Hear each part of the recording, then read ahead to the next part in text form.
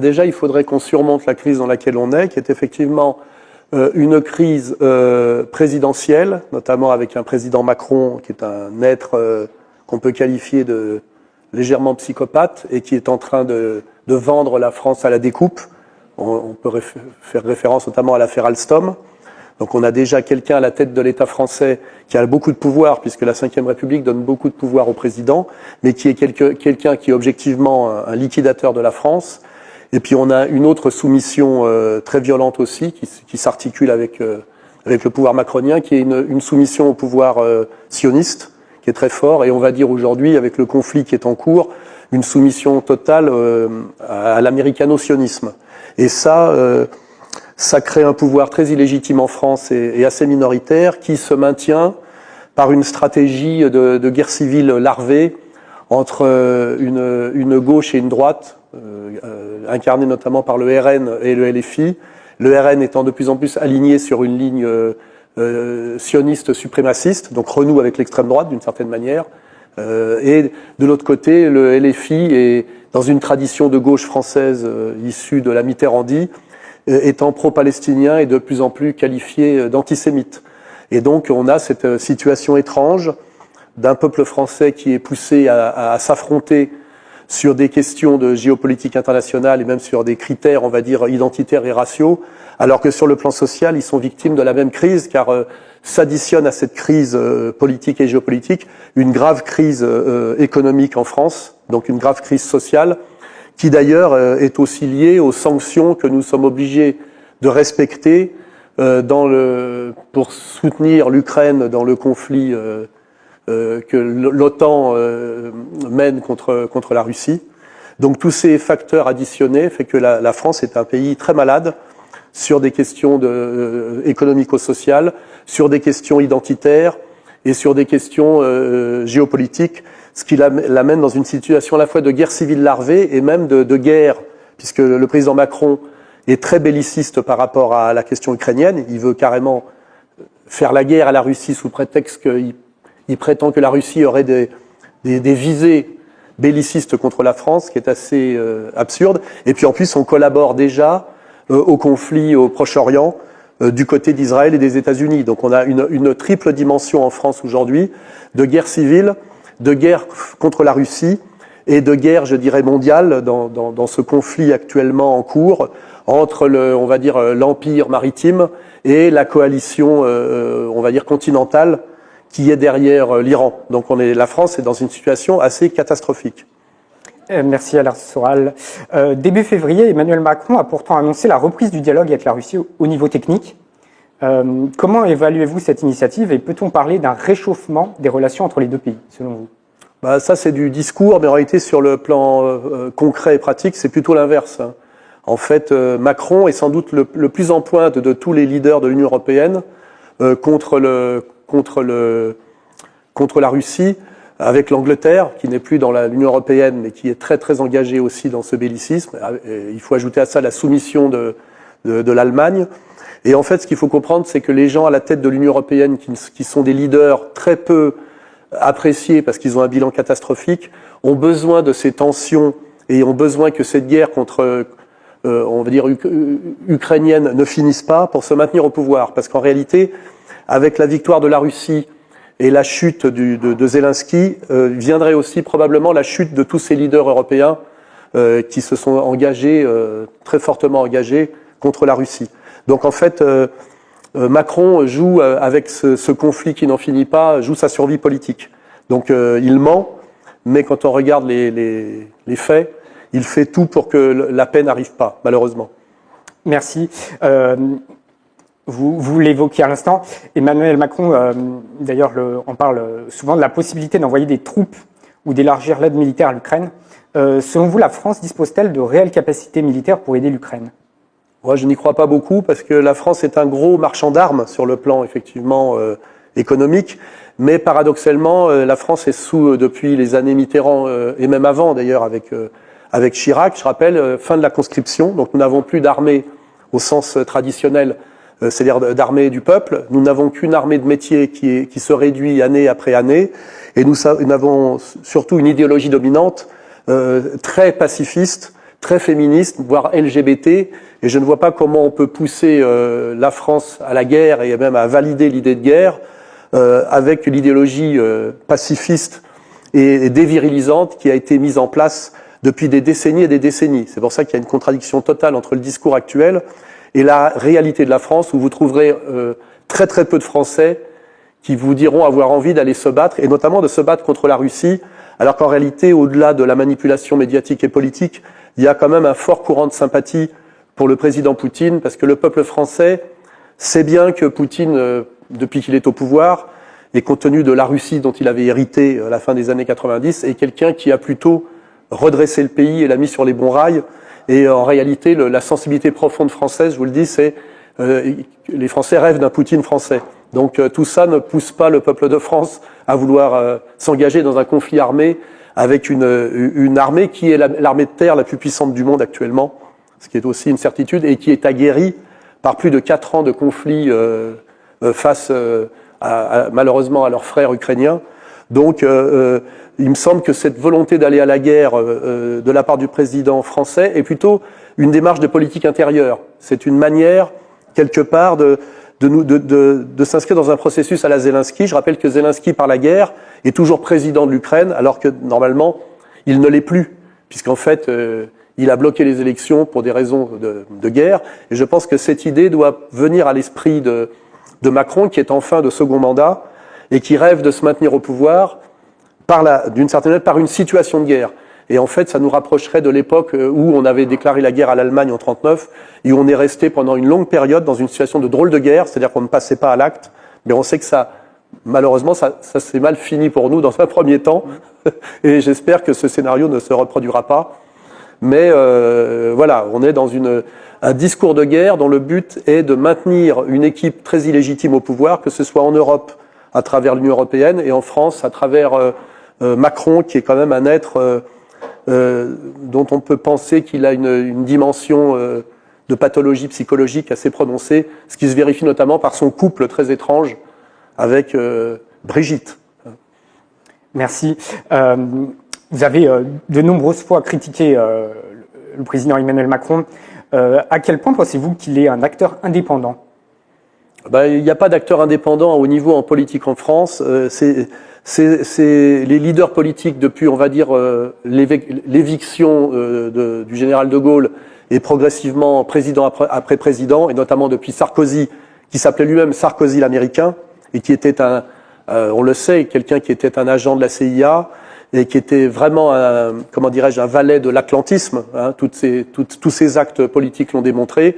Depuis, il n'y a plus de pouvoir français. En réalité, nous sommes un satellite à la fois d'Israël et des États-Unis, et ce qui n'est pas du tout dans l'intérêt de la France, malheureusement, puisque son intérêt serait plutôt dans une logique continentale, de jouer la complémentarité naturelle avec la Russie, notamment en termes d'énergie et de produits finis. C'est pour ça que nous vivons une période complètement paradoxale, où nous avons recréé un rideau de fer et nous sommes rentrés à nouveau dans une guerre froide, au moment où l'idéologie ne se justifiait plus, puisqu'il n'y a plus d'opposition, on va dire, capitalisme-communisme, et où vraiment n'importe quel analyste sérieux peut conclure, que ce soit d'ailleurs pour la France ou pour l'Allemagne, que notre prospérité passe par une entente continentale et une entente à la fois commerciale, idéologique et culturelle avec la Grande Russie.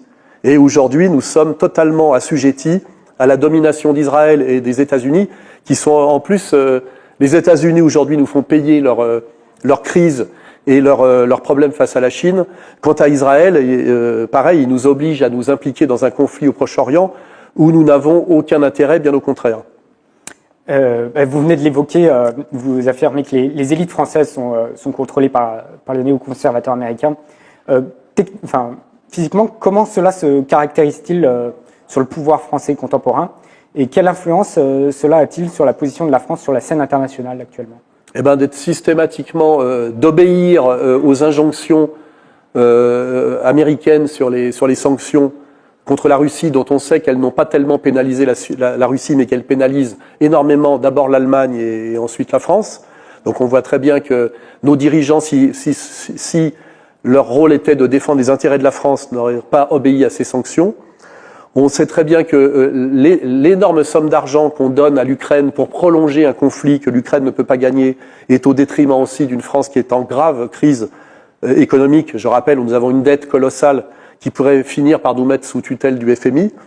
Et aujourd'hui, nous obéissons aussi, nous nous soumettons aussi aux injonctions de Trump qui essaye de prolonger l'empire américain déclinant en faisant payer la facture par son vassal européen. Et d'ailleurs, aujourd'hui, il le dit clairement, nous sommes là pour obéir et payer.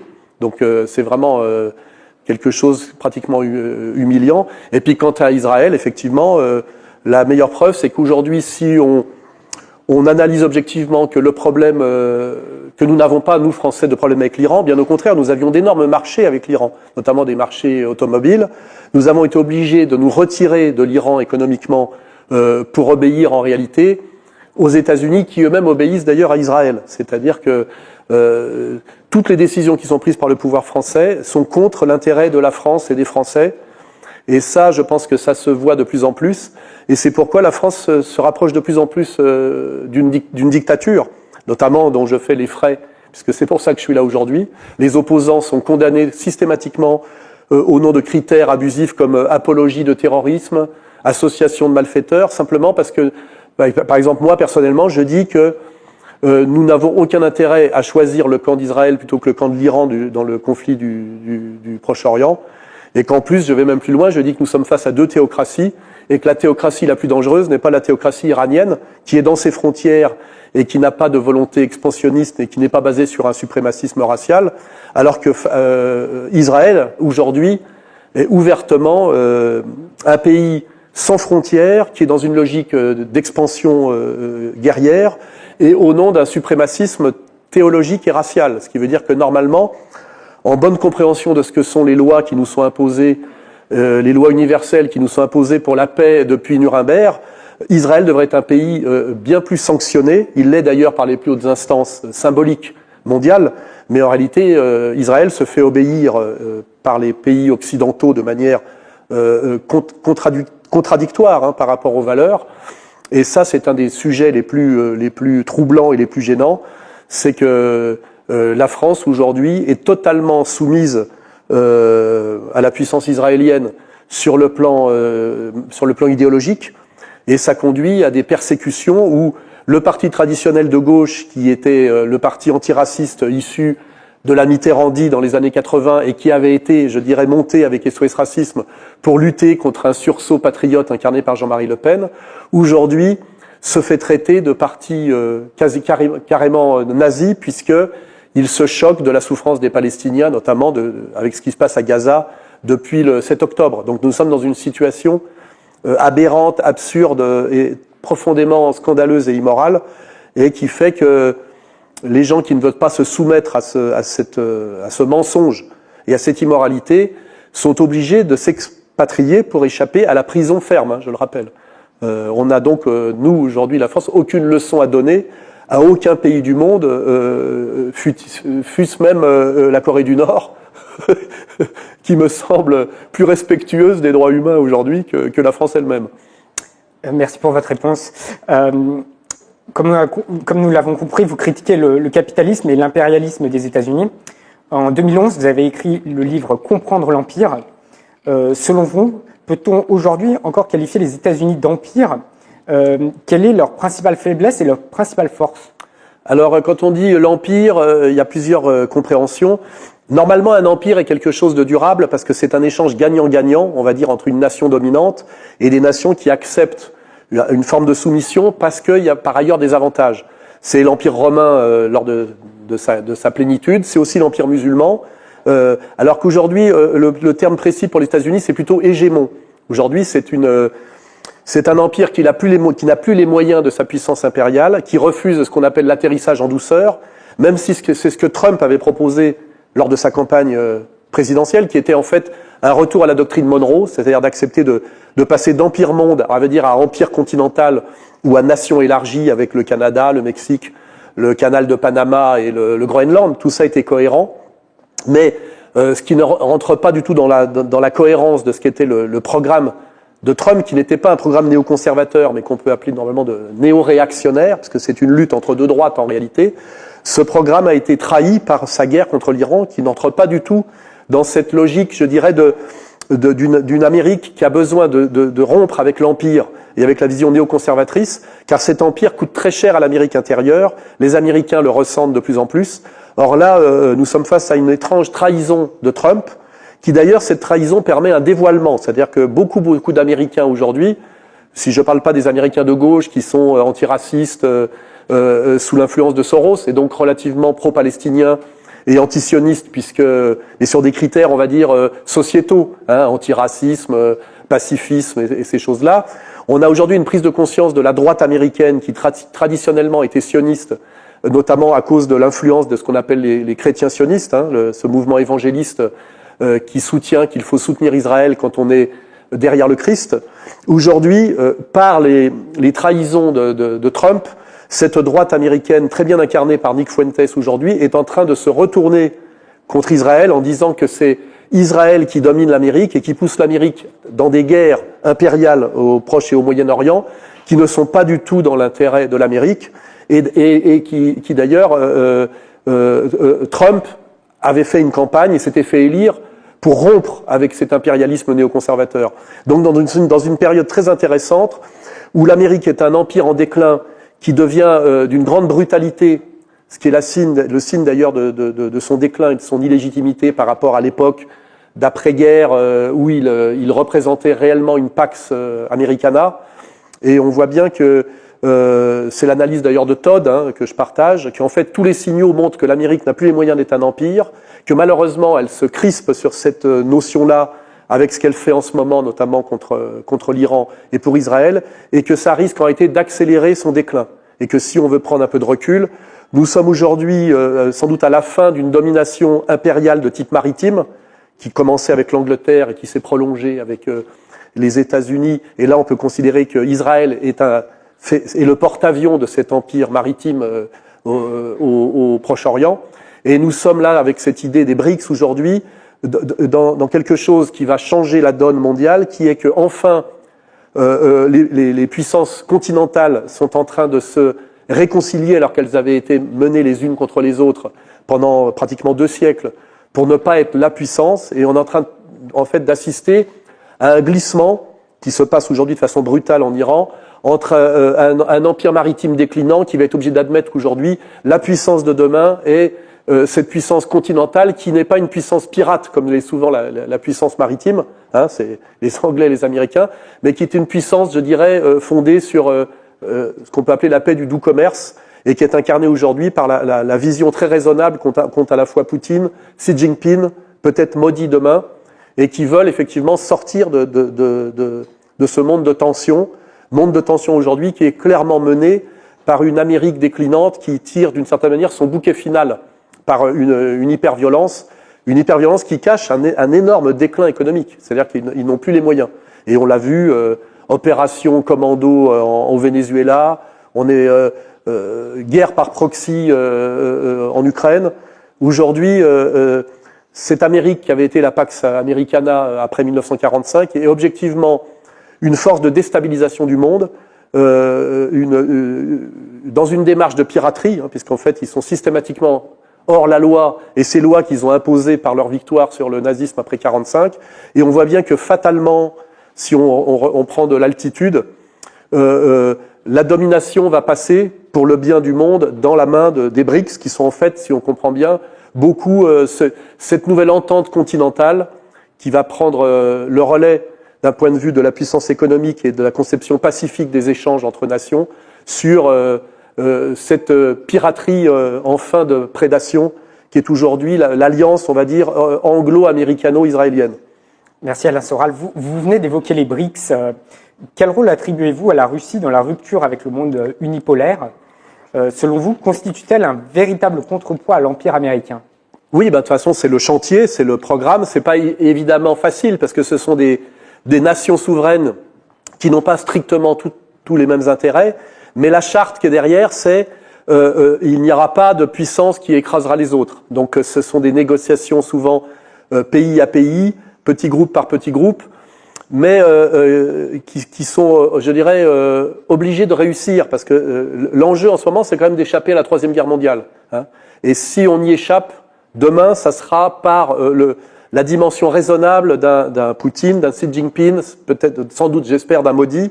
Et donc, ça sera soit la victoire des BRICS, qu'on peut déjà appeler la majorité mondiale, cette victoire face à ce qu'on doit appeler, non pas l'Occident collectif, mais l'Occident dégénéré. Parce qu'en plus des questions économiques, des questions bellicistes, il y a aussi des questions civilisationnelles, notamment on voit bien avec la poussée LGBT, derrière laquelle d'ailleurs se trouve Soros, c'est-à-dire cet empire qui domine par la gauche et par le sociétal et l'idéologie, pendant que les néocons dominent par le militaire et la violence. On voit bien qu'il y a une espèce de mâchoire par la gauche et par la droite. Et il faudra bien à un moment donné, effectivement, que cet empire qu'on appelle l'Occident dégénéré soit remis à sa place pour que triomphe à nouveau, je dirais, le bon sens anthropologique, parce que le LGBTisme, comme je l'ai expliqué dans mes écrits, qui pousse en fait les enfants à se stériliser en doutant de leur sexe naturel, est une idéologie de mort, puisque en fait il n'y a pas de changement de sexe possible. Il y a simplement qu'un homme qui devient une femme devient stérile et qu'une femme qui devient un homme devient stérile, et donc ça conduit à la disparition de fait de l'humanité, qui nie la réalité fondamentale et anthropologique du couple, et sans ce couple il n'y a plus d'enfants, donc il n'y a plus d'humanité à terme. Donc on est bien face à des gens qui sont du côté de la vie, du bon sens, du dialogue, du respect des nations, c'est important, respect des frontières, respect des différences, c'est important, face à un Occident dégénéré, dont le symbole le plus puissant aujourd'hui est l'affaire Epstein, n'oublions pas. C'est Epstein et sa mafia qui était au sommet, qui réellement régnait sur l'Occident derrière le masque de la démocratie, et on sait quelle était l'idéologie de ce groupe, qui est un groupe qui était profondément sataniste. Hein. On le voit, des histoires d'abus sexuels. C'était une double délinquance financière et sexuelle, dans un but en plus de chantage et de compromat, avec une vision qu'on peut clairement qualifier de sataniste, c'est-à-dire des gens qui conçoivent le pouvoir comme l'abus de pouvoir et qui mesurent leur pouvoir à la possibilité qu'ils ont de faire le mal. Le maximum de mal étant pour eux le fait de s'en prendre à ce qui est le plus sacré et le plus fragile sur Terre, qui sont les enfants. On parle là de viol d'enfants, de torture d'enfants, voire de cannibalisme. Et c'est ça qui est en train de sortir par ce qu'on appelle les dossiers Epstein. Et c'est une affaire qui est très américaine, qui est très française aussi, n'oublions pas, qui est totalement occidentale et occidentalo-centrée, et dont je rappelle que si on prend l'acteur principal, M. Epstein, il est membre d'une communauté précise, qu'il faudra bien à un moment noter, même si c'est un déviant de cette communauté.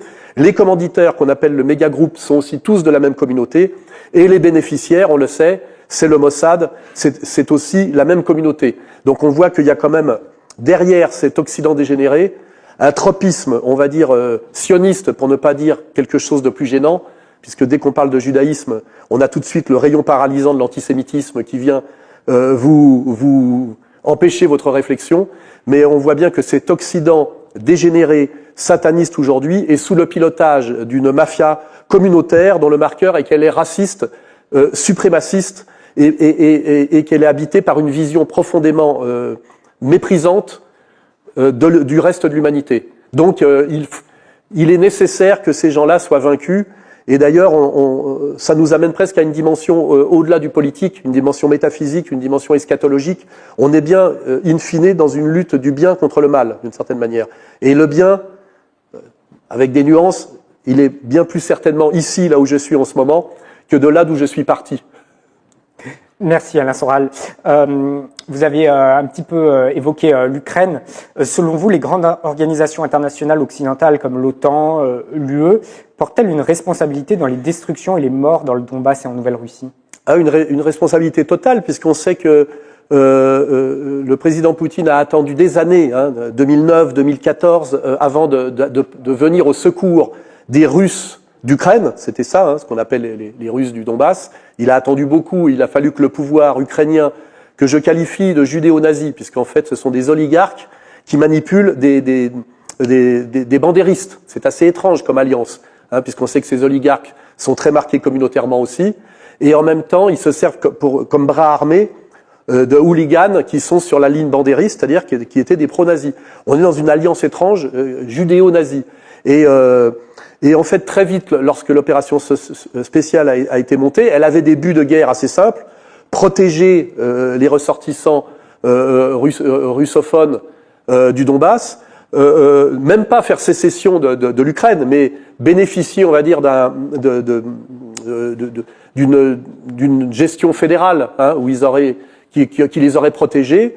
L'opération spéciale a très vite donné ses buts de guerre, les a assez vite atteints, et en fait c'est là qu'on voit que l'OTAN, hein, c'est-à-dire ceux qui dominent l'Union européenne, a décidé de faire de cette opération spéciale une guerre longue, afin d'affaiblir au maximum la Russie, ce qui a toujours été la volonté des néoconservateurs depuis la chute de l'URSS, et surtout, ce qui est encore plus tragique, de faire se tuer dans le plus grand nombre possible des individus qui, je le rappelle, sont des frères, hein, sont des Slaves, et sont de la même histoire, de la même race et de la même culture. Et là, il y a quelque chose effectivement de criminel de la part de l'OTAN dans le fait de pousser la Russie dans une guerre d'attrition, puisqu'elle n'a plus le choix, alors qu'on le sait que Zelensky avait très vite accepté d'aller à la table des négociations, et qu'à l'époque, on sait que ce sont les Anglais qui l'en ont empêché. Donc il y a vraiment une constante d'ailleurs chez les Anglais, c'est ce qu'on appelle les judéo-protestants anglo-saxons. Il y a toujours une dimension très belliqueuse et très méprisante de la vie humaine et de la vie des autres chaque fois que ces gens-là sont aux commandes. On le sait quand on regarde la longue histoire, cette cruauté des anglo-saxons. Et malheureusement, c'est ça qui s'exprime aujourd'hui dans le Donbass.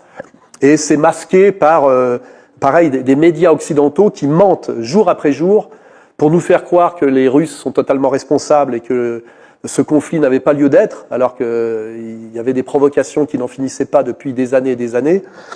Et ils nous ont fait croire ensuite que l'Ukraine allait gagner et qu'il suffisait pour ça d'investir de l'argent, cet argent qui nous manque, sur le terrain, ce que la France a fait beaucoup, l'Allemagne beaucoup. Et aujourd'hui, ils sont dans une logique où ils savent qu'ils ne peuvent pas gagner, mais ils voudraient simplement faire durer ce conflit pour qu'il y ait le maximum de morts. Hein. Et je rappelle que ces morts sont des Européens, hein, sont des gens proches de nous. Et ça, c'est criminel, bien évidemment. Et surtout, c'est criminel et contre les intérêts, à chaque fois, de l'Europe, qu'on considère comme civilisation, comme peuple, ou même simplement si on pense aux intérêts économiques. Nous avons à la tête de l'Union européenne, de l'Allemagne, de la France, pour ne pas parler de l'Angleterre, qui a toujours été la perfide Albion, et qui n'a jamais été avec nous en réalité, nous avons à la tête de l'Union européenne des traîtres à leur propre peuple, des traîtres à la paix, et des gens qui auront un jour à rendre des comptes. Et c'est d'ailleurs pour ça qu'ils veulent que la guerre dure, parce que le jour où l'Ukraine sera définitivement vaincue, ne tomberont pas que les gens qui sont à la tête de l'Ukraine, qui est le pays, je rappelle, le plus corrompu d'Europe, hein, mais tomberont aussi toutes les élites illégitimes, criminelles et traîtres de l'Union européenne, dont d'ailleurs notre président, le triste Macron. Des informations font état également de projets de pays européens, membres de l'OTAN, de provoquer une catastrophe à la centrale nucléaire de Zaporojé et d'en imputer la responsabilité à la Russie. La France est-elle consciente des répercussions que cela pourrait avoir sur les pays européens ? La France, ça dépend de quelle France on parle. Les gens éveillés, les gens qui suivent notamment mon site de réinformation, égalité, réconciliation, qui, je rappelle, est le premier site de réinformation de France, c'est pour ça qu'on est autant combattu. On est très combattu parce qu'on est aussi très écouté. Les gens qui sont éveillés voient bien que les Russes essayent de faire le maximum, je dirais, de dégâts, parce qu'ils savent que ce pays est un pays frère et que les Ukrainiens et les Russes auront vocation demain à se réconcilier. C'est pour ça qu'il n'y a pas cette hyper-violence qu'on voit notamment là, dans la façon dont les Israéliens traitent les Palestiniens. Et ça, malheureusement, l'Union européenne et l'OTAN se servent de cette retenue, d'une certaine manière, russe, pour essayer, au contraire, de mettre le maximum d'opérations sous faux drapeau en place. Je rappelle que la spécialité anglaise, israélienne, et ça remonte au Sicaire, hein, je rappelle, ce sont les opérations sous faux drapeau. C'est-à-dire de faire des opérations criminelles qu'on met sur le dos d'un tiers. C'est quand même une longue tradition juive, anglaise, américaine, et qui malheureusement empêche parfois le peuple qui regarde les médias dominants de comprendre qui sont vraiment les vrais salopards. Vous êtes beaucoup intéressé au monde russe. La Crimée a été rattachée à la Russie en 2014, le Donbass et la Nouvelle-Russie en 2022. De votre point de vue, quels changements ont lieu dans ces régions après leur sortie de l'Ukraine? Sont-ils perceptibles? Moi, je suis allé dans le Donbass et j'ai fait un périple pour regarder sur le terrain ce qui se passait. Déjà, j'ai compris que non seulement les gens du Donbass étaient plus que russes. C'était plutôt souvent, parce que c'était un pays minier où c'était des travailleurs qui avaient été bien traités par l'Union soviétique, ce sont plus que des Russes. Ce sont souvent des nostalgiques de l'URSS, c'est-à-dire qu'ils sont super russes. Et après, j'ai vu aussi la manière dont la Russie reconstruit les routes, reconstruit des bâtiments d'habitation, souvent d'ailleurs avec un haut standard, alors qu'on sait, quand on écoute les discours des dirigeants ukrainiens depuis des années, qu'ils avaient dit que le destin des Russes d'Ukraine était de ne plus être scolarisés pour les enfants, de vivre dans des caves, et qu'on avait volontairement laissé se dégrader les infrastructures pour les punir, en fait, pour les punir. Donc il suffit d'aller sur le terrain, c'est pour ça que les médias occidentaux n'aiment pas trop que les gens comme moi aillent sur le terrain, pour voir que la Russie traite les Ukrainiens russophiles et russophones très correctement, en leur redonnant des conditions de vie acceptables, alors que par contre, il y a la démarche strictement inverse du côté du pouvoir de Kiev. Ça, c'est une évidence. Vous l'évoquiez à l'instant, lors d'une interview à Politico, Vladimir Zelensky a été interrogé sur son attitude envers les Russes qu'il connaissait avant 2014. Il a déclaré considérer les habitants de Crimée ayant participé au référendum de 2014, ainsi que les Russes qui les soutiennent, comme ni partenaires, ni amis, ni même des êtres humains. Comment évaluez-vous cette déclaration? C'est une déclaration qu'on retrouve aussi chez les leaders israéliens. Je rappelle que c'est dur à dire, mais ce monsieur Zelensky est juif aussi. Et malheureusement, quand vous allez aux écrits fondamentaux, surtout quand ils sont lus de manière littérale, il y a cette idée quand même d'une humanité à deux vitesses, ceux qui sont des élus de Dieu et ceux qui ne le sont pas. Et si vous lisez le Deutéronome, vous voyez très bien le sort que ce peuple élu, motivé par un Dieu qui l'exige, vous voyez très bien le sort qu'il réserve aux gens dont ils estiment que ce sont des sous-hommes et des animaux.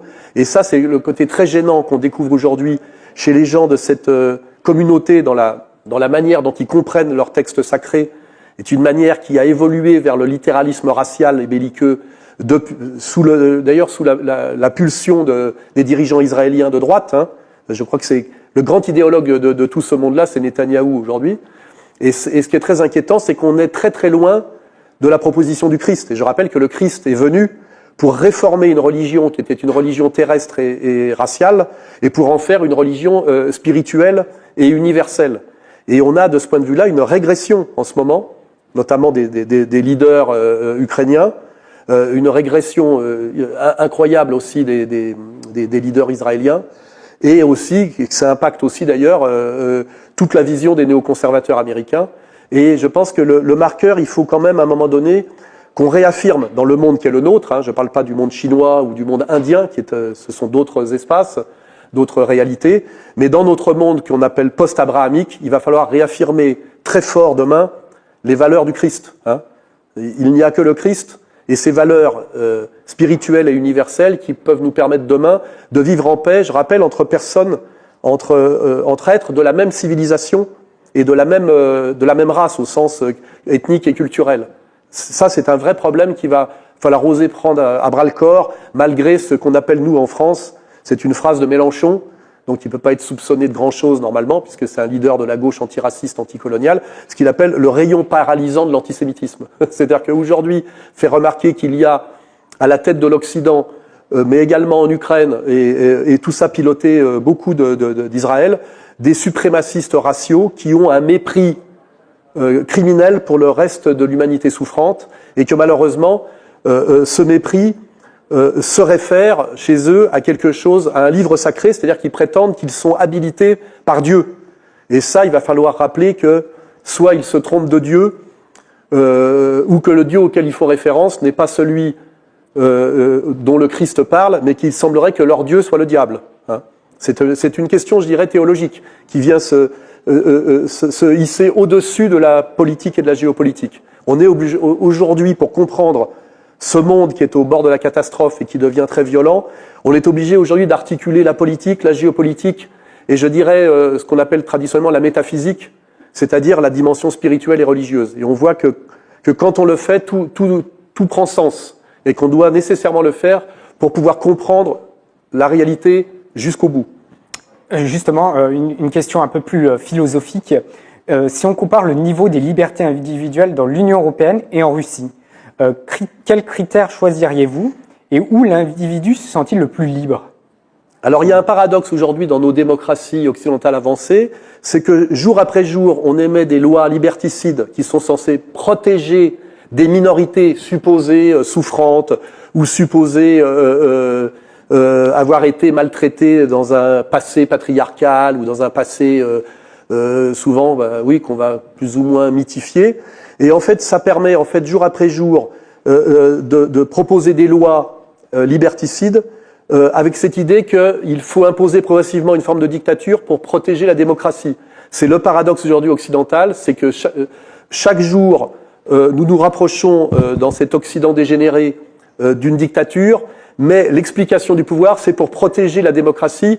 Et la démocratie, comme le disait Cohn-Bendit lors d'une allocution, ce n'est pas le pouvoir de la majorité, c'est protéger les minorités de l'agressivité soi-disant implicite des majorités. C'est-à-dire c'est exactement le contraire de ce pourquoi nous avons fait la Révolution française qui a enfanté, vous le savez d'ailleurs, la Révolution russe, qui est sa petite sœur, alors que aujourd'hui on est dans un pouvoir de minorité systématique, et tout ça, on se demande pourquoi on a changé de régime, puisque sous l'Ancien Régime, c'était effectivement une minorité validée par Dieu qui était au pouvoir contre l'immense majorité qui devait obéir. Et finalement, la démocratie aujourd'hui, par un jeu de passe-passe, de défense des minorités autoproclamées contre la majorité, nous emmène dans une situation où, à travers un long processus égalitaire et démocratique, on arrive à une situation, je dirais, féodale, mais qui s'est réalisée sous le masque de l'égalité. C'est le sujet de mon avant-dernier livre qui s'appelle « Comprendre l'époque, pourquoi l'égalité ». Nous sommes arrivés aujourd'hui à une dictature totalement inégalitaire et qui a même un fondement religieux au nom d'un processus qui se présentait comme laïque, universel et égalitaire. Et ça, je dirais que c'est une stratégie qu'on peut qualifier de diabolique. C'est-à-dire les plus inégalitaires de tous, les plus racistes de tous et les plus religieux de tous sont arrivés à se hisser au sommet du pouvoir par l'égalité, l'athéisme et l'universalisme. C'est exactement le constat qu'on peut faire aujourd'hui quand on regarde qui domine la France, qui domine les États-Unis et qui pousse le monde au chaos. Hein. Merci Alain Soral. Vous avez évoqué au début de cette interview un petit peu le conflit au Moyen-Orient. On va revenir dessus si vous me permettez. Donald Trump a appelé les pays bénéficiant du pétrole transitant par le détroit d'Ormuz, y compris la France, à assurer le passage des navires commerciaux. Selon vous, comment la situation pourrait-elle évoluer autour du détroit d'Ormuz et le conflit peut-il être résolu par la voie diplomatique? Le problème, pour que ce soit résolu par la voie diplomatique, c'est qu'il faudrait qu'Israël renonce à son hubris et accepte finalement ce qui a été le sort qui a été imposé de façon logique par rapport aux lois internationales, le sort qui a été réservé à un moment donné à l'Afrique du Sud, c'est-à-dire la fin de l'apartheid et un État multiethnique, multiconfessionnel. Je ne dis pas d'ailleurs que c'est une réussite, l'Afrique du Sud. Peut-être qu'on pourrait réfléchir à des solutions comme des développements séparés. Mais en tout cas, il est absolument anormal que ce qui a été imposé à l'Afrique du Sud par la communauté des nations ne soit pas imposé aujourd'hui à l'Israël tel qu'il est dirigé par des gens qui sont des suprémacistes raciaux théologiques. Hein. Et ce qu'il faut comprendre, c'est que cet Israël ne conçoit pas d'autre avenir et d'autre survie que de devenir le grand Israël, c'est-à-dire de s'étendre, parce que aujourd'hui c'est un pays qui est trop petit pour pouvoir exister par lui-même sans la protection américaine.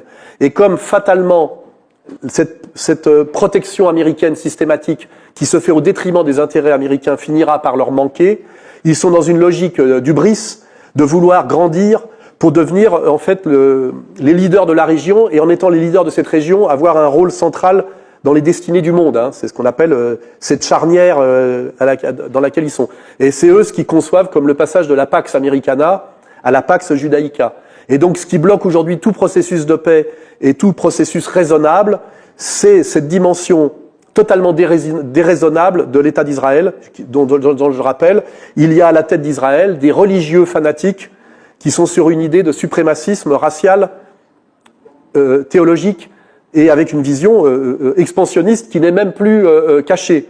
Hein, c'est-à-dire qu'ils doivent prendre le contrôle d'une partie de l'Égypte, par la domination guerrière et la violence, hein, du Liban, de la Syrie, de l'Irak, de l'Arabie saoudite. C'est ce qui a été récemment,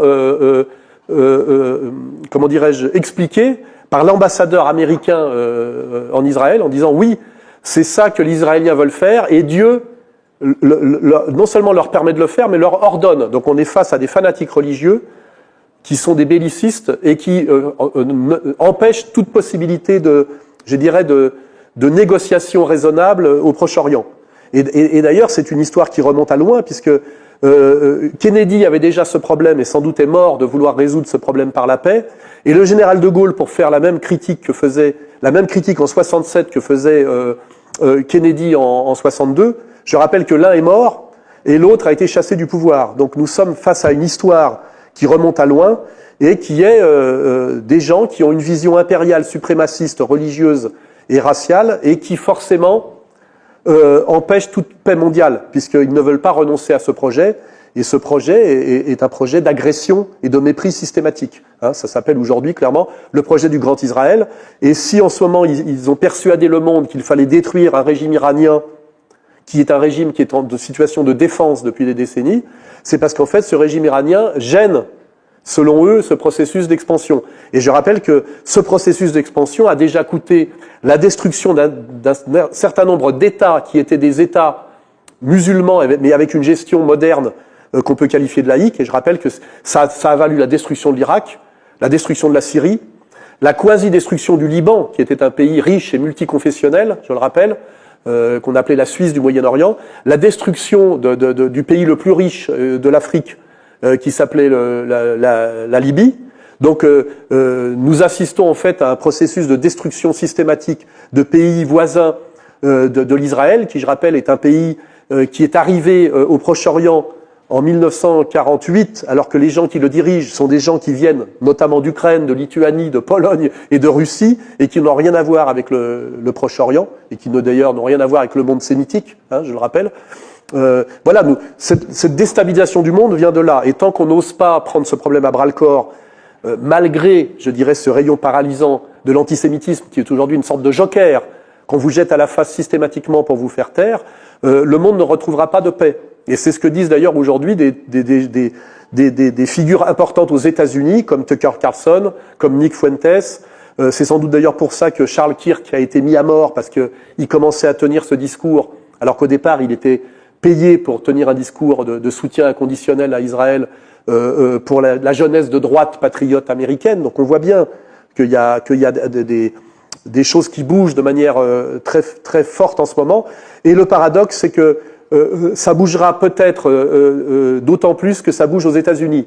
Parce qu'en fait, les Russes et les Chinois sont dans une position raisonnable pour faire barrage à cette hubris, mais pour qu'on ait la certitude de vaincre cette espèce de pouvoir sataniste, il faudra aussi que ça vienne des États-Unis. Or, par la trahison de Trump en ce moment, et par les colères que ça produit dans son propre camp, puisqu'on est passé de MAGA à America First, eh ben peut-être que cette bascule est en train de se produire. C'est ce que je théorisais déjà dans mon livre de 2011, Comprendre l'Empire. Pour que ça bouge et qu'on mette un terme à cette piraterie néoconservatrice très marquée communautairement et religieusement, il faudra que les néoconservateurs perdent le pouvoir aux États-Unis. Et à ce moment-là, ça pourra permettre un nouveau Potsdam, c'est-à-dire un dialogue apaisé entre les nouveaux leaders américains, qui ne seront plus néoconservateurs, les Russes, les Chinois. Les Russes et les Chinois sont déjà dans une position de dialogue raisonnable. Le problème, c'est qu'il faut mettre un terme à l'hubris israélien, et pour ça, il faut que ce pouvoir israélien, qui est très fort par les PAC, très fort par l'Anti-Defamation League, et très fort par les réseaux qu'on appelle chrétiens sionistes évangélistes, il faut que Israël perde le pouvoir aux États-Unis. C'est ça l'enjeu. Et à ce moment-là, nous aurons un nouveau Potsdam, un dialogue de réconciliation au niveau mondial, avec des Américains redevenus raisonnables, puisqu'ayant échappé à l'hubris israélien, et, je le dis, des Russes et des Chinois qui le sont déjà. Je mets de côté les Indiens, parce que je ne vois pas pourquoi les Indiens partiraient dans un délire qui n'a jamais été le leur. Merci beaucoup Alain Soral. Vous l'évoquez à l'instant, vous accordez une grande importance aux divergences actuelles entre les États-Unis et Israël. Quel changement attendez-vous si les États-Unis prennent du coup leur distance avec Israël ? Ça changerait tout, parce que la puissance d'Israël vient des États-Unis. Alors évidemment, il y a toujours des gens pour vous dire que c'est l'Amérique qui pousse Israël, qui serait son porte-avions, à créer des tensions au Proche-Orient, mais on le sait depuis les travaux de Mearsheimer et Walt, qui sont un penseur démocrate et un penseur républicain qui se sont alliés, pour mettre en avant la thèse la plus évidente aujourd'hui, qui est la thèse de la queue qui remue le chien. C'est-à-dire qu'en fait, c'est Israël, par son pouvoir de corruption par l'argent, qui a réussi à dominer totalement le Congrès. Aujourd'hui, c'est pratiquement admis. Et en fait, la clé, c'est que le jour où l'Amérique s'occupe réellement de ses intérêts propres, alors qu'elle est en grande difficulté sur le plan de l'obsolescence de ses infrastructures, sur le plan de l'immigration, sur le plan de l'emploi et de la désindustrialisation, le jour où il y aura à la tête de l'Amérique quelqu'un qui va réaliser le projet qu'avait promis Trump, qui est aujourd'hui dans une position de trahison éclatante, ce jour-là, la question pourra être résolue, parce que Israël, réduit à lui-même, n'aura plus les moyens d'imposer sa loi comme il le fait à toutes les nations de l'Occident dégénéré. C'est quand même incroyable que ce petit pays qui fait 2 départements français et qui est un pays parasite, qui avec une vitrine high-tech vit en fait de prêts jamais remboursés donnés par l'Amérique, alors au détriment des budgets sociaux américains, qui produit un déclassement notamment des minorités noires et hispaniques, parce que tout ça s'articule. On sait très bien que Israël réduit à lui-même serait obligé d'accepter tout ce qu'on a imposé à l'époque à l'Afrique du Sud, c'est-à-dire de devenir un pays multiethnique et multiconfessionnel, où chaque citoyen aurait les mêmes droits, car je le rappelle, pour aussi balayer un autre mensonge qui nous est imposé depuis des années, c'est que quand on dit que Israël est la seule démocratie du Proche-Orient, il faut rappeler qu'elle est démocratique pour les Juifs et qu'elle est coloniale pour les non-Juifs. Et que par ailleurs, c'est une théologie, puisque c'est un pays qui n'a pas de constitution et pas de frontières, et qui par défaut, sa constitution, c'est la Torah, c'est-à-dire la Bible. Donc c'est une théocratie au même titre que l'Iran, mais en plus c'est une théocratie qui s'appuie sur une religion qui est profondément raciste, raciale et expansionniste, comme il est bien dit quand il suffit de lire le Deutéronome. Voilà. Donc c'est ce paradoxe, c'est l'Occident se prétend un monde au sommet du monde, parce que ça serait un monde qui serait un monde qui serait le monde de la raison, au sens d'ailleurs de cette épopée des Lumières françaises ou anglaises. Et en fait, on découvre qu'au sommet de monde qui prétend être le monde de la raison, et qui s'est hissé au sommet du monde par la maîtrise des mathématiques appliquées et par des choses qui soi-disant iraient avec, qui seraient les droits de l'homme, on découvre qu'au sommet de ce monde règne, par la corruption, par le mensonge, par la naïveté, par la soumission, par la bêtise aussi, des gens qui sont le contraire de ce que prétend être ce monde, qui sont des religieux fanatiques, raciaux et suprémacistes. Et c'est ça, ce paradoxe incroyable que nous vivons depuis quelques années et qui est en train d'éclater aux yeux du monde comme une contradiction hegelienne d'une certaine manière. Ça ne peut qu'éclater fatalement. C'est ce paradoxe, effectivement, qu'au sommet de ce monde qui prétend incarner la modernité, l'égalité, l'universalisme et la laïcité, a réussi à se hisser par le mensonge et une stratégie très intelligente qu'on peut qualifier de diabolique.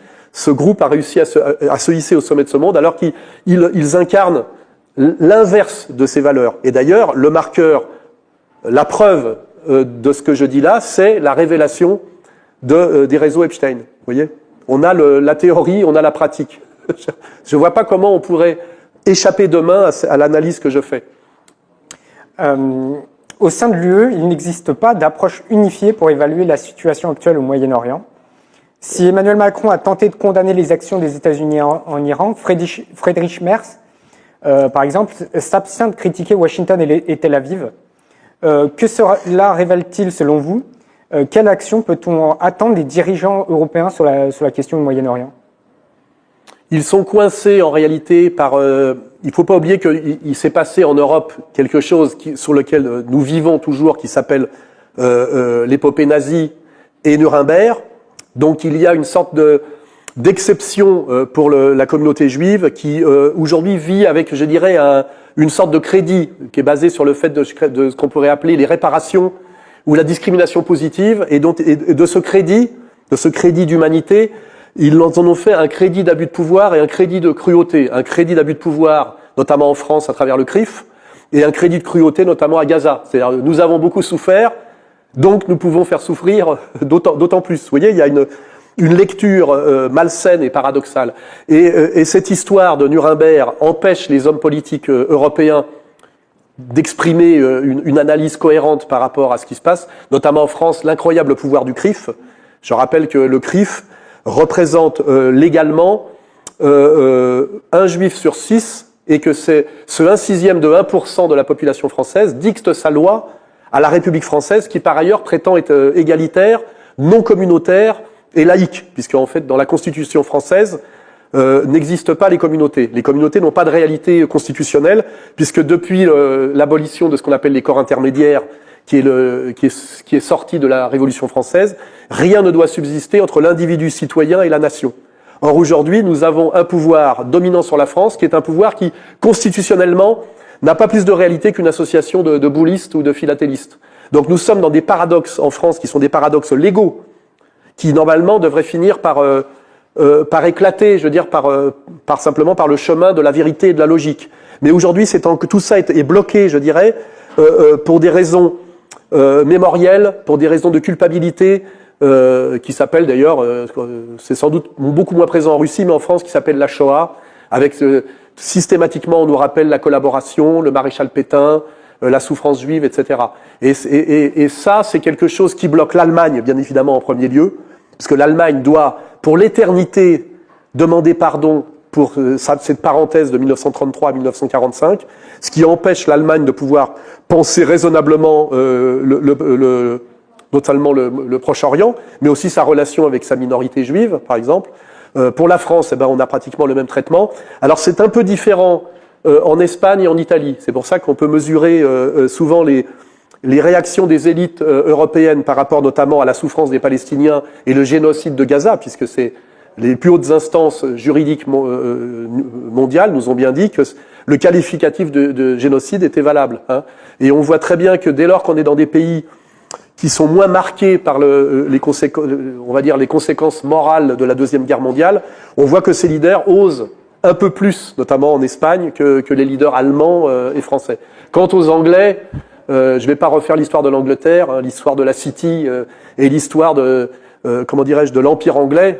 La reine Victoria avait pour Premier ministre d'Israéli, et de toute façon, l'Angleterre est profondément liée à la question de façon impériale à Israël et aux États-Unis.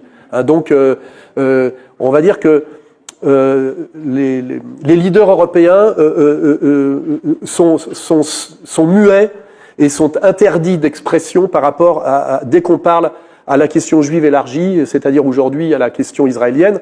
Si tant est qu'en France, en ce moment, on est en train de faire passer une loi qui s'appelle la loi Yadan, qui a déjà été validée par l'Assemblée nationale, et qui qualifie d'antisémitisme toute critique d'Israël, c'est-à-dire tout antisionisme. Hein. Et une deuxième loi est en préparation qui dit que tout citoyen français qui aura été condamné pour racisme, donc en fait c'est surtout antisémitisme, sera inéligible. C'est-à-dire que tout ça crée les conditions objectives d'une dictature israélienne sur la France. Hein. C'est-à-dire que la France est sous le point de passer sous la dictature de gens qui sont objectivement des suprémacistes raciaux.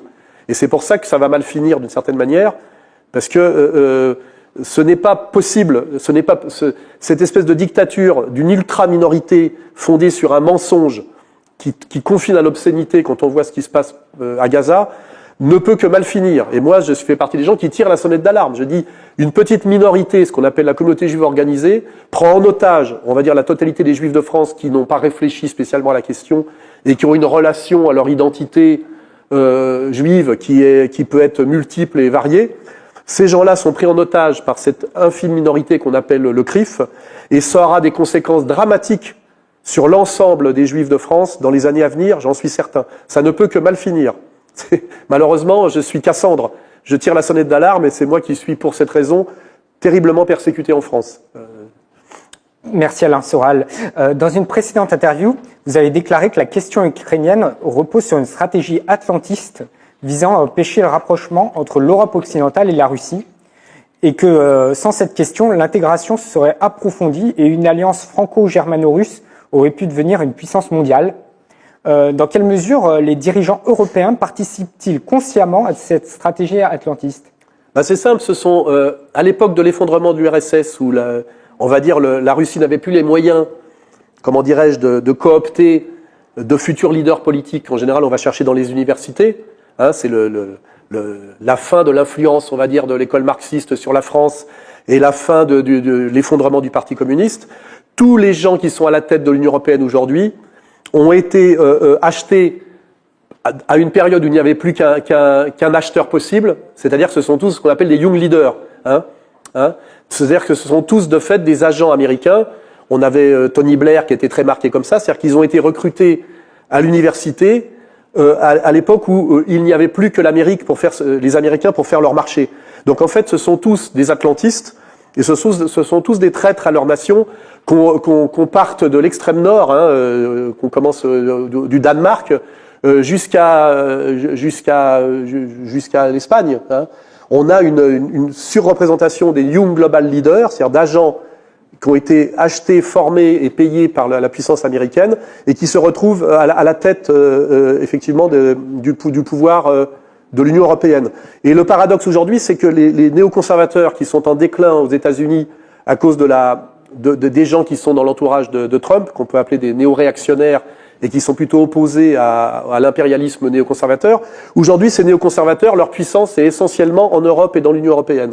Le paradoxe, c'est qu'ils se sont réfugiés d'une certaine manière là où ils ont des vassaux en place. Et c'est pour ça que la politique européenne se fait complètement contre les intérêts de l'Europe, parce qu'en fait, les 3/4 des acteurs dominants dans le journalisme et la politique de l'Union européenne sont des agents américains de fait, des Young Global Leaders. Il suffit de regarder leur CV. Et effectivement, leur rôle est d'empêcher, je dirais, la réconciliation continentale, qui normalement n'a aucune raison de ne pas être, puisque je le rappelle, la Russie actuelle n'est pas un régime marxiste-léniniste qui s'opposerait par ailleurs à un monde libéral. Nous sommes face à des économies libérales totalement interpénétrées logiquement, et avec simplement des différences de gens qui veulent maintenir une certaine tradition culturelle liée à l'histoire des nations. Donc en fait, cet empêchement de collaboration économique et culturelle entre la France, l'Allemagne et la Russie est quelque chose d'aberrant par rapport aux intérêts français et allemands. Je parle surtout de la France et de l'Allemagne. L'Italie joue un jeu plus ambigu. Et surtout, les Russes, eux, ça les oblige à se tourner vers l'Orient, vers la Chine, à avoir une vision beaucoup plus eurasiatique que la vision qui était celle que voulait Poutine au début de son pouvoir. Il a tendu la main aux Européens pendant des années, avant de réaliser que systématiquement ses mains, on la mordait. Puisqu'il y a quand même, je rappelle, une très très grande tradition pro-européenne de la Russie, qui s'explique par Moscou et par Saint-Pétersbourg et qui renvoie à Pierre le Grand. Et aujourd'hui, c'est vraiment nos leaders traîtres européens qui refusent la main tendue fraternelle, culturelle et économique de la Russie, et c'est parce que on s'est tellement mal comporté au niveau de nos élites avec la Russie, que la Russie de guerre-là, ça a été obligé de développer sa relation avec la Chine et son Orient. Et ça, c'est quelque chose qui est contre nature et qui, à mon avis, finira, parce que ça coûte très cher à l'Europe. Et puis pour moi, c'est très triste aujourd'hui d'être à Moscou et d'être obligé d'être dans une situation de guerre froide avec des problèmes incroyables. Pour venir jusqu'à Moscou, alors que je partais de Genève, il a fallu que je passe par Istanbul, que mon avion ne survole pas l'Ukraine. J'ai des cartes de crédit dont je ne peux pas me servir parce que le système SWIFT est bloqué. Tout ça est aberrant par rapport à notamment ce qu'on appelle la mondialisation heureuse. Nos élites européennes sont dans une stratégie de démondialisation, en réalité sur le plan pratique, alors que par ailleurs ils prétendent être globalistes et mondialistes. Donc on a, je veux dire, à chaque fois qu'on analyse des gens qui sont dans des contradictions très fortes et qui sont des mensonges et surtout qui coûtent très très cher au peuple qu'ils sont censés diriger pour leur bien. Et ça va amener forcément à un moment donné à un processus que je qualifie de type révolutionnaire. Et c'est d'ailleurs pas pour rien que je suis aujourd'hui ici. Je suis pas ici pour être en vacances. Je suis ici pour mener un combat de libération, notamment de la France. Et exactement comme De Gaulle avait été obligé de partir à un moment donné à Londres pour ne pas subir la défaite et le joug allemand suite à la défaite, aujourd'hui les choses ont changé. Londres, c'est Moscou. Et aussi, malheureusement, les méchants, les Allemands ont aussi changé de visage. Hein. Mais nos élites médiatiques et politiques nous font croire aujourd'hui que le méchant, c'est Poutine. Ils osent le qualifier de nouvel Hitler. Je ne sais pas si vous voyez la malhonnêteté historique par rapport à la réalité de ce qu'a été ce qu'ont été les années 30 et 40, quoi. Et mon travail est aussi de rétablir certaines vérités, parce que j'ai une influence en France, et de préparer, d'une certaine manière, la réconciliation de demain. Parce que cette réconciliation est nécessaire sur le plan économique, elle est totalement logique sur le plan culturel, car je le rappelle, si on regarde la grande littérature, la France a beaucoup plus d'affinité avec la littérature russe, hein, Balzac, Alexandre Dumas, Dostoïevski et Tolstoï, qu'avec la littérature anglo-américaine. Hein, j'ai un très grand respect pour les civilisations, quelles qu'elles soient. Je suis même très admiratif de la civilisation anglaise. J'ai une certaine fascination pour la culture américaine à travers le gin et le rock'n'roll que j'écoute. Mais je sais quand même comprendre ce que sont comment dirais-je, les fraternités profondes sur le plan culturel. En fait, nous sommes plus proches, d'un point de vue de l'âme, des Russes que des Anglo-Américains. C'est pour moi une réalité qui est évidente quand on a une certaine culture littéraire et même musicale aussi. Merci beaucoup Alain Soral. Notre dernière question, comment évaluez-vous la récente déclaration du secrétaire général de l'ONU, Antonio Guterres, sur l'inapplicabilité supposée du principe d'autodétermination des peuples aux situations de la Crimée et du Donbass? À quoi sont liées de telles déclarations? Parce qu'en fait, ces instances, qui sont censées être des instances mondiales et universelles, sont nées de la victoire américaine et de la puissance américaine de l'immédiate après-guerre. Donc en général, c'est des gens qui en réalité sont censés parler au nom de l'humanité, mais on a le même problème avec l'ONU qu'on avait à l'époque avec la Société des Nations, c'est que cette ONU est quand même très américano-marquée et que les leaders de ces De Gaulle appelait ça le machin, le leader de ces machins, sont obligés quand même d'obéir à leur maître d'une certaine manière. Et on voit bien que le siège de l'ONU, il est où? Le siège de l'ONU, il est à New York, je crois. Hein, voilà, c'est un lieu. Donc je pense que ça s'explique comme ça. Et ça c'est pareil, tout ça va être... Il y aura un nouveau Potsdam à un moment donné et on sera obligé de redéfinir tout ça en fonction d'un critère objectif, c'est que l'Amérique ne peut plus prétendre être ce qu'elle était en 1945. Hein. Elle est un pays qui produisait à l'époque 50% des produits manufacturés du monde. Aujourd'hui, elle est tombée en dessous de 20%.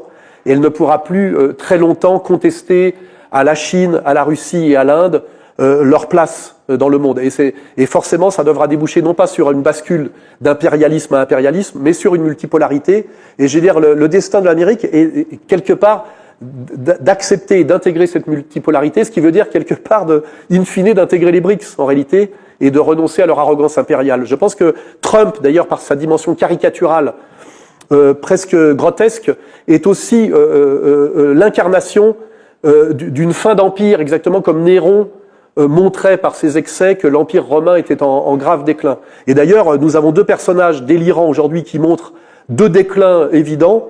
C'est Trump pour les États-Unis, et puis malheureusement Macron pour la France. Car nous aussi sommes en grave déclin, et nous aussi avons besoin de faire une révolution qui, j'espère, ne sera pas trop violente, et qui permettra de redéfinir ce que c'est que la France, de nous libérer d'un pouvoir qui est totalement illégitime et inique et très minoritaire, et de renouer des alliances, notamment avec la Russie, qui certainement nous fera beaucoup de bien. Puis moi, ça me permettra peut-être un jour de rentrer en France et puis de passer moins de temps dans les avions pour faire l'aller-retour, ce qui est quand même absolument anormal. Alain Soral, merci beaucoup d'avoir accordé cette interview à l'agence TASS. Merci à vous pour ce long entretien qui, j'espère, va porter ses fruits.